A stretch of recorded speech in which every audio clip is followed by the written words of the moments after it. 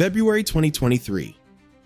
Deep beneath the Yangtze River, 177 feet underground, a $50 million tunneling machine ground to a halt. It wasn't supposed to stop.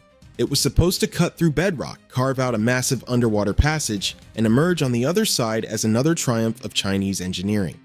Instead, it became buried alive in solid rock, trapped in a tomb of its own making. Engineers stared at the data in disbelief. The machine couldn't move forward. It couldn't move backward. And abandoning it meant abandoning the entire project, a multi-billion-dollar failure that would haunt the government for decades. They faced an impossible choice: walk away or attempt something that had never been done before. This is what happens when China's obsession with speed collides with the brutal reality of engineering. And as you're about to see, this isn't the only time that collision has gone catastrophically wrong. If you're fascinated by mega engineering and the untold stories behind these projects, subscribe, hit like, and drop a comment on whether you think China's pace is sustainable or a disaster waiting to happen. In 2015, the world watched in awe as a 57-story skyscraper rose from the ground in just 19 days. Mini Sky City, they called it. A 670-foot tower assembled like a Lego set, with prefabricated modules stacked one on top of another at a pace that seemed to defy the laws of physics. News outlets everywhere hailed it as the future of construction. But what they didn't tell you was the secret behind that speed, and the reason the company's next project never happened. Zhang Yue, president of the company behind Mini Sky City, made a startling public admission. He refused to use Chinese steel, not because of cost, not because of availability, but because, in his own words, it wasn't safe enough for their buildings. Think about that for a moment. A Chinese construction company operating in China, building a tower in China, openly declaring that domestic materials aren't trustworthy. That's not just a quality control issue, that's a systemic failure. And that 220-story tower they announced with such fanfare, the one that was supposed to quadruple the height of Mini Sky City and prove modular construction could build anything, it was never built. The project was quietly abandoned, no explanation, no follow-up, just silence. Because when you're moving that fast, something has to give, and what gave was structural integrity. But steel quality is just the beginning of China's problems. If you want to see what happens when Chinese mega projects face real-world conditions, don't look at China. Look at the countries where they've exported their infrastructure, because the cracks, literal and figurative, are becoming impossible to ignore. Pakistan's Neelam Jhelum hydropower plant was supposed to be a crown jewel of Chinese engineering, a 969-megawatt facility that would power millions of homes. It operated for barely 4 years before engineers discovered major cracks in a 3.5-kilometer tunnel. The damage was so severe, they had to shut down the entire plant. In July 2022, with Pakistan facing crippling power shortages, the facility went dark. Chinese contractors agreed to fix it, then abandoned the project entirely, citing security concerns. The real reason? The tunnel was collapsing and no one knew how to stop it. Then there's Uganda's Asimba Dam. After it was built by a Chinese state-owned company, inspectors found over 500 construction defects, turbines clogged with silt and debris, structural weaknesses throughout the facility. The plant suffers frequent blackouts, and the government is still fighting with the contractor over who's responsible. Ecuador tells the same story. The Coca-Cola Sinclair hydroelectric plant built by Chinese firms started showing cracks almost immediately. More than 17,000 fissures appeared in the turbines. Engineers blamed faulty Chinese steel, the same steel Zhang Yue refused to use. The country's energy minister called it a national embarrassment. If this shocked you, hit like so more people learn what's really happening. These aren't isolated incidents, they're a pattern. And they point to a deeper truth about how these projects are actually built. In China, there's a phrase for shoddy construction: tofu drag. Buildings that look solid on the outside but crumble at the slightest pressure. And the reason it's so widespread isn't just carelessness, it's economics and corruption baked into the system itself. Construction contractors in China operate on razor-thin profit margins. The bidding process is so competitive that companies underbid each other to dangerous levels just to win projects. Once they're locked into a contract, the only way to make money is to cut costs. That means cheaper materials, smaller quantities, faster timelines, corners cut everywhere you can immediately see. But there's another layer. But reports suggest that up to 30% of construction budgets are siphoned off as bribes, payments to officials, inspectors, and party members who need to sign off on the work. When a third of your budget goes to corruption, you don't have enough left to build what you promised. So you use counterfeit rebar, you water down concrete, you skip safety tests, and the inspectors who are supposed to catch this, they've already been paid to look the other way. Research shows that 98% of mega projects globally suffer cost overruns and delays. But in China, those overruns don't lead to increased budgets, they lead to increased corner cutting. Because admitting failure means political consequences. So projects push forward, no matter the cost, no matter the risk. And even China's most celebrated innovations face a harsh truth. China loves to showcase its 3D printed structures. The park, with flowing concrete sculptures, the pedestrian bridge with its elegant curves. They look futuristic, almost otherworldly. Media outlets call them revolutionary. But here's what they don't tell you. The 3D printed park covering nearly 60,000 square feet? It's impressive, sure, but only the decorative elements, the benches, the planters, the walls, were actually 3D printed. Anything requiring structural integrity, like roofs or overhead coverage, still had to be built using traditional methods. Same with the 86-foot pedestrian bridge in Shanghai. The main span and handrails were printed. But the foundation, the supports, the critical load-bearing elements, all conventional construction. Because 3D printing, for all its hype, has severe limitations. The technology can only handle simple concrete structures. It can't incorporate the complex reinforcement needed for multi-story buildings. The equipment costs upward of $125,000 per printer, and the materials are limited almost entirely to concrete mixtures. Durability? Unknown. These structures haven't been around long enough to see how they hold up over decades. And here's the real tell. Very few building permits have been issued for 3D printed residential or commercial buildings in China. These projects exist as experiments and publicity stunts. They're proof of concept, not proof of scalability. Comment below, do you think 3D construction will ever actually scale? The gap between the propaganda and the reality grows even wider when you look at environmental projects. The concept was brilliant.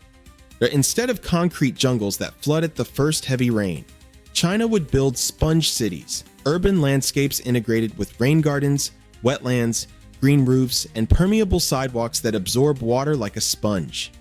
The infrastructure was designed to handle 25.9 millimeters of rain in 24 hours, a threshold considered safe based on historical rainfall data.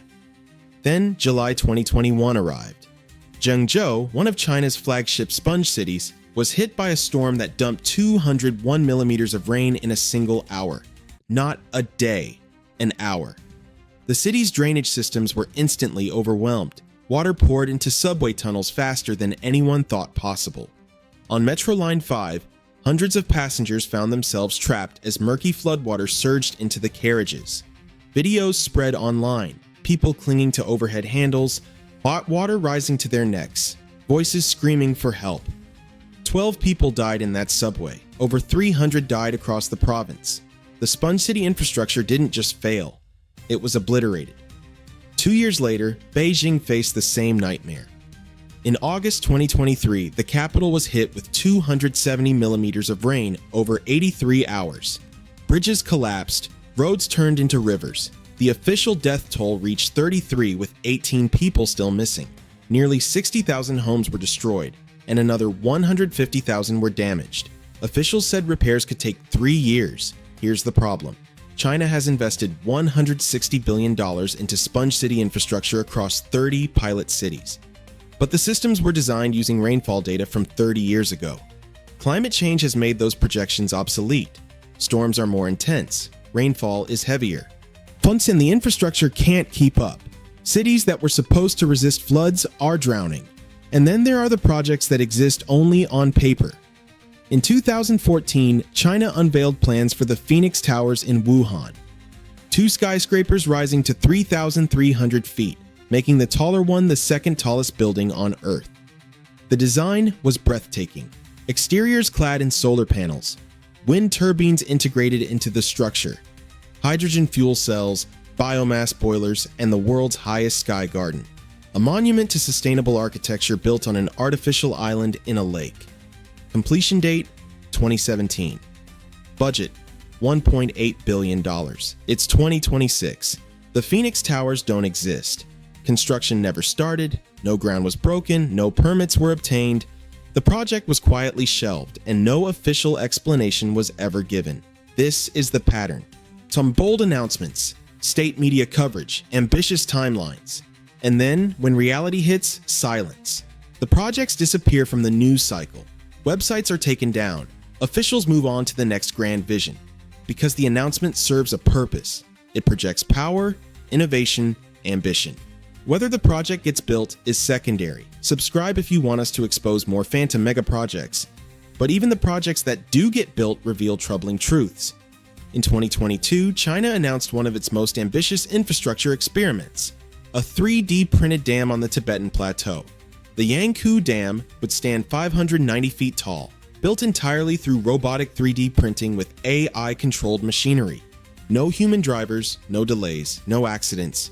Completion time, under 2 years. It was supposed to be the future of mega construction. Here's what they didn't tell you.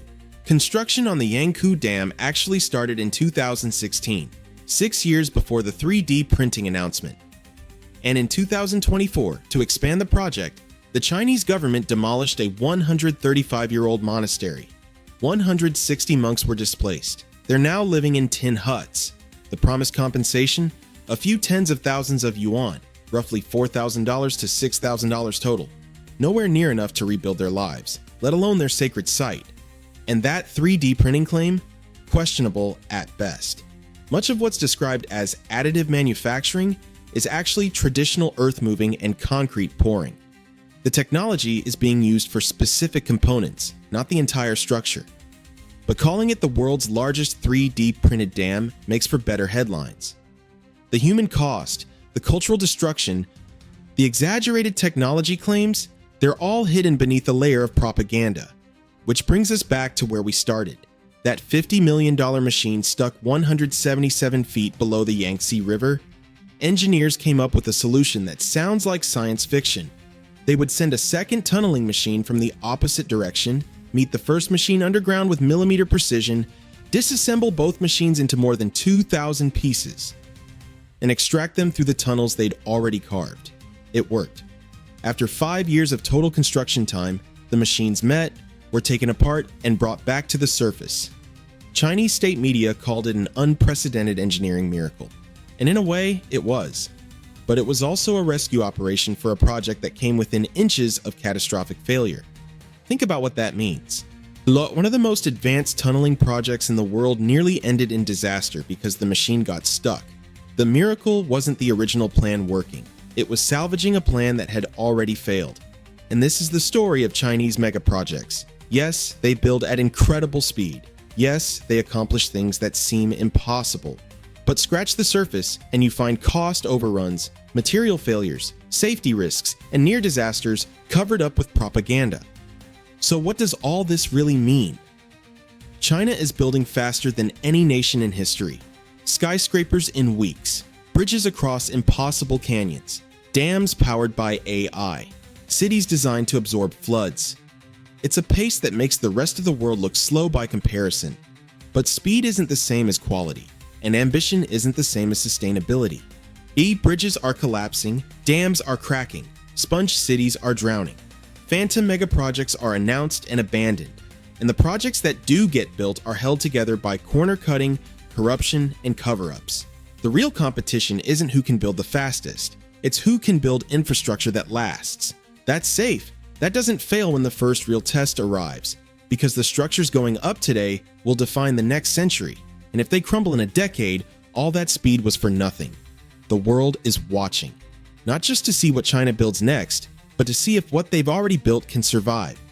If you want more deep dives into the mega projects shaping or breaking our future, subscribe to Next Blueprint, smash that like button, and tell us in the comments which country you think is doing infrastructure right.